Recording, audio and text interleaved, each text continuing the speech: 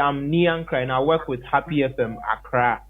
Um, Okay. we have seen a video circulating on social media with regards to a Ghanaian that has passed on due to so many reasons that other people are attributing it to negligence and then stuff. You being an eyewitness and you having first-hand information of what really happened and transpired at the place, can you give us fair details or idea of what really happened? Yeah. Right, right. Okay, so first of all, my name is Jordan, Emmanuel, and I'm a student and residing in China right now in Yantai City, Shandong Province, in the northeastern part of China. With what is actually going on about the video circulation is it's false. It's very false because what the incident actually really happened in front of me, right before me. I'm a student in China in my second year right now, and I have a friend who is called Isaac Donkor, and his name is normally we normally call him Big Daddy, and he is one of the guys who cooks the Ghanaian dishes very well. So most of the students and others Ghanaians who are working in this city goes to meet him sometimes in his house and enjoy some Ghanaian dishes. So I went there the previous day before the incident happened. I went there to eat. So when I was going back, I forgot my charger, my phone charger, the extension board. So the next day, I tried to go pick it up. So I called them and they confirmed the charger was with them in their house. So I drove my car. I drive here, so I drove my car and I went to his house to pick up my charger. So when I got there, there is this guy called Eric. I mean the deceased. His name is Eric. He's a friend of Isaac, and I got to know him through Isaac in his house. So when I got there, Eric came to open the door when I knocked, and he was like, "Oh, I have to wait. Big Daddy is going to make watches so we can eat." So I was very okay. So I sat down and I was waiting for the watches to be ready. Whilst I was playing Xbox with the deceased person, our brother, who is named Eric. So we were playing and we were very happy enjoying ourselves. And later on, Big Daddy, I mean Isaac Dunfor, who the one making the food, came to join us. We played, everything was fine. And before I realized, I saw Eric go to the kitchen to come to bring some beer. I mean a canned beer. He just poured it in the cup and he started drinking. And all I could hear was Big Daddy shouting, you have a heart problem, and you don't have to drink. You have to stop drinking." Is this something And that he before has that, been doing? Is this something that he has been doing regularly, or it was a yeah, surprise? yeah. Before then, I heard Big Daddy, which is Isaac Dunkel, always say that every anytime he runs or maybe drink water or maybe do something little, then he becomes very, very tired, right? Yeah. So I mean, it was something that it actually did happen previously, in the house. Anytime he drinks or anytime he feels very, very tired, or even when he walks for a short mile or a short period of time, he feels very tired, from what my friend was saying. So what I heard was my friend told him not to drink the beer because it's not good for him or because of his heart problem and, and those Okay. kind So of things. when he was shouting, what did you do? What happened? When he was doing what? When you heard him start shouting, what happened? Oh no. For that one, during that time, everybody was okay because we were playing the game. But when he was about to drink the beer, my friend Isaac, his friend, Isaac said, "You don't have to drink because you have a problem." But he didn't mind. He was like, "Oh, it's okay. We are happy, We are playing game and I just feel like drinking one beer or whatever like that." So, I mean, I was okay with that because, me, I mean, actually, like, he is not my friend. I just got to know him through my friend Isaac. You understand? So I just go to the house and I met him there. So, I mean, I was fine. Like, we are all from Ghana, Ghanaian brothers. We play together, and if you want to drink, I mean, I'm fine with it. So later on, Isaac went back to the kitchen to check the watches. So he was sitting down drinking, and just for a few minutes, I saw him just stood up, went back to the kitchen, and all I could see was he came to pass by me whilst I was playing the game, and he went to the bedroom to sleep. So when he got to the bedroom, I was still playing the game until I heard some noise, like for him, like Samson, now it's me home or Nahome, the sister as will be on to me home and somebody who cannot breathe. So I just heard the noise and I went to check in the room. So when I went, the stand he had a standing fan turned on. Then he was sleeping on the bed. So what I did was to call Isaac to come from the kitchen that Isaac, your man is here. So when Isaac came, Isaac was like, oh, this your man. Sometimes when you drink, he's just like that. So it's not something. I was like, okay, fine. But before then, I realized like, he was really suffering. Like he was in pain. It's not our brain. It's our brain. I was like, then I'm going to talk to. I will have to ask him what is happening. So Daniel, when I tried to talk to him, then he was trying to tell me that my heart, my stomach, I can't walk, and he was sweating. Then I could see his eyes, like turned a little bit red.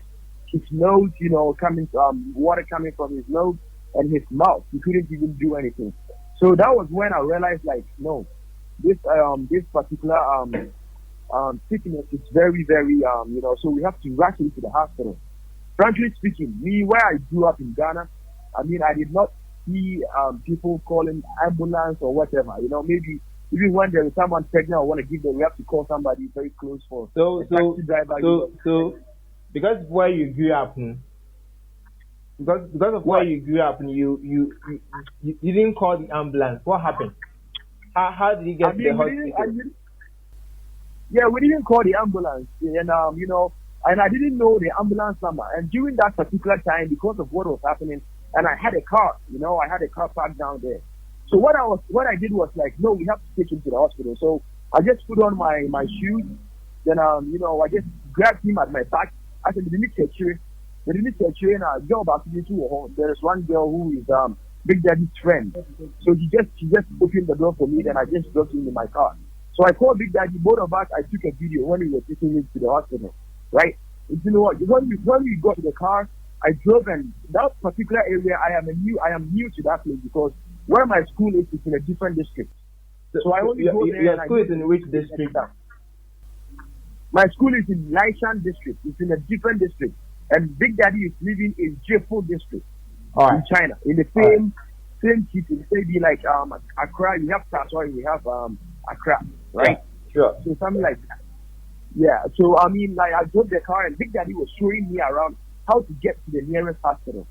But Big Daddy, to the place he lives is in China. They have these people who the pensioners. When you grow old, they build apartment for them, and they have a little clinic. A little clinic that they fix for the old people who can go for the blood pressure and that stuff. So the first hospital we visited was this kind of this clinic, right? So when we got there, at least because of the virus and other things, people sometimes it's a little bit So understanding your first stop was a clinic. Yeah, our first the first medical aid we went to was a clinic, a small clinic, and there was a security man. Yes, there was a security man. So when I got down, I was telling them that I have my friend who has drank some beers and he's not feeling well, so they should assist us in Chinese. I was speaking Chinese to them, to the security man. And I mean, the door was closed, and we went around 11:30, which was indicating that the people are, closed from work. You understand? So the guy was telling me that it's lunch time, but frankly speaking, at least I was thinking, or hoping, this guy could even help us, maybe get a first aid, or maybe call a doctor, or maybe in any ways by calling an ambulance or something. But what he did was, we have to look for the nearest hospital because they cannot help us. Okay, so from there, okay, I understand you. So did they admit him at the first clinic that you? No, they did not. They did not. What happened? So from there, where did you move? They did not admit him. You moved to different place. Yeah, they did not accept because he was saying the place is just a little clinic, and from the video you can tell that they couldn't. So from there, I spoke to Isaac, and Isaac was like, let's rush him to a nearest maybe a pharmacy or a drugstore so we can get him a first aid. So from there, I drove the car just straightforward for drugstore, pharmacy. With all this, Isaac was directing me how to go. So when we got to the pharmacy, I got down, I speak Chinese, and I have my visa work. I'm a student, and I'm legal in China. So I just got down and I have a health code because of the virus. We have a health code you need to show before you can enter any shop or even a clinic. So I had all these things. So I got down firstly. I went to the drugstore. Then I told the pharmacist what was happening to my brother, our friend. So, I explained and she was like, okay, fine. You can get this drug and it can help you relax or something like that. So after the woman gave us the drugs, I paid for it. So when I paid for it, I gave the drugs to Big Daddy to assist Eric in the back seat. Because before Big Daddy was sitting in front of the car. So I gave the drugs to him for him to assist. Then I went to the driver's side and I drove the car.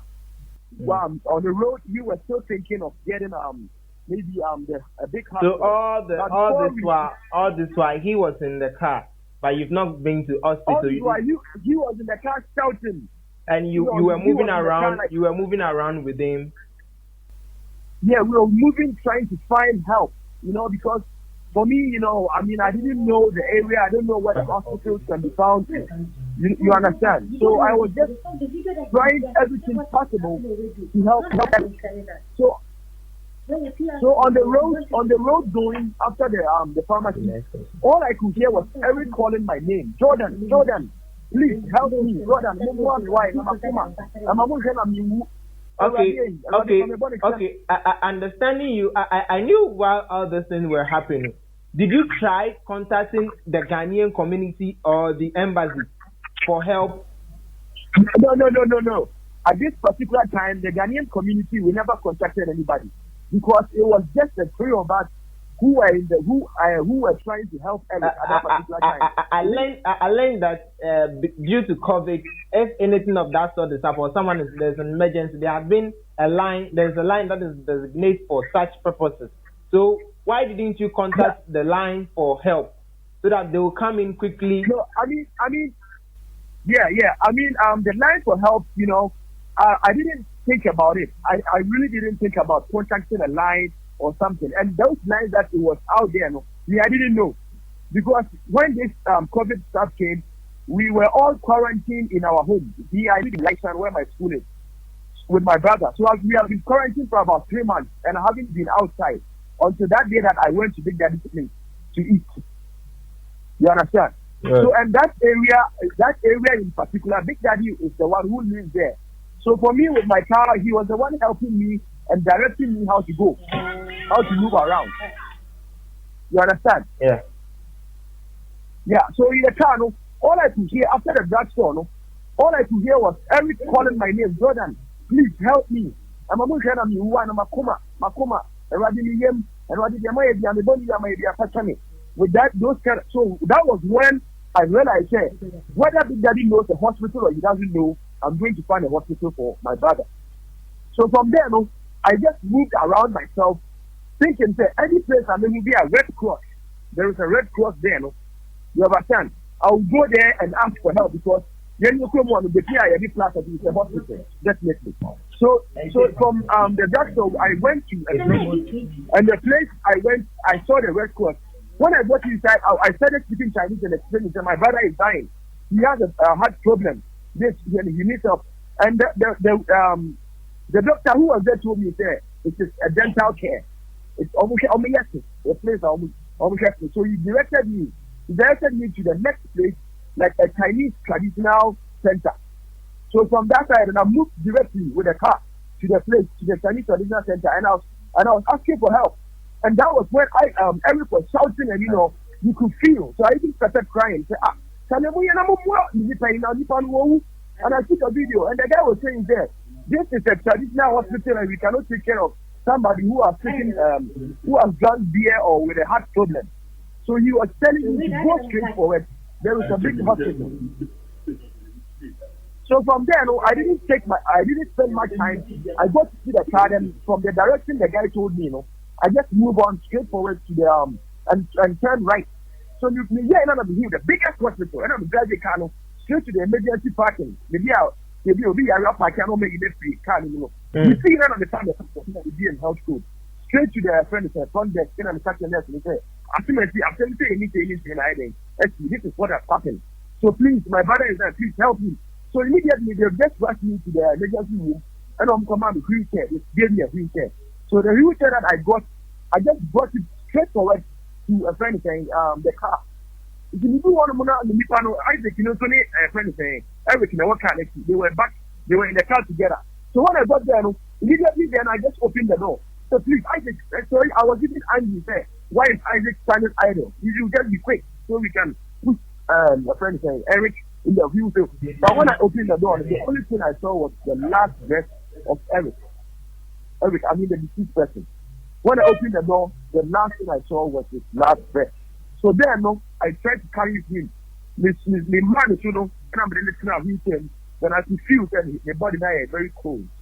I could feel that the body now. So immediately we just rushed into the emergency room, and the doctors tried to use unpredicted shocking. Oh, that shocking? How many to say? Yeah. Like they use the shocking.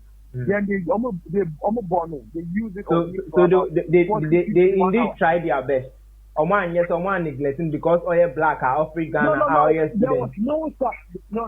There was no such thing like racism or something like that. Not the beer anywhere.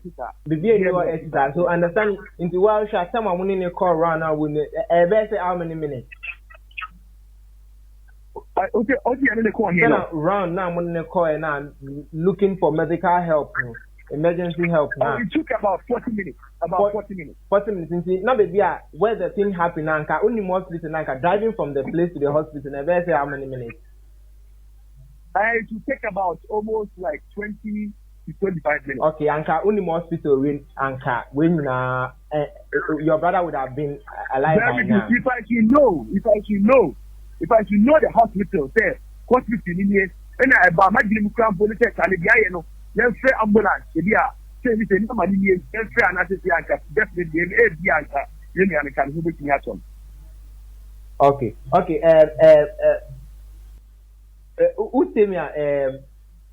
Into send our account, the video that is circulating around saying that the guy was neglected by the Chinese and the quote unquote the embassy. False. It's all false news. It's all false news. They are never going to buy anything.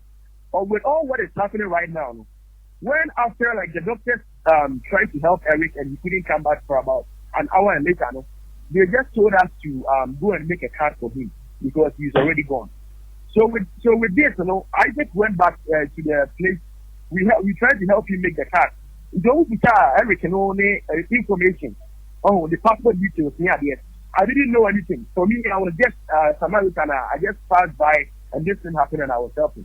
So I was helping. I just asked Isaac, my Chinese is very good and Isaac's Chinese is not good. So everything that they were asking me, then I would do the translation for Isaac and I will reply them back. So with this, aftermath, they told us to pay some money before they send the body to the morgue, which was about 2,000 RMB. You understand? 2,000 RMB. When it comes to Ghana money, it will be about maybe 1,008 in Ghana money. 1,008.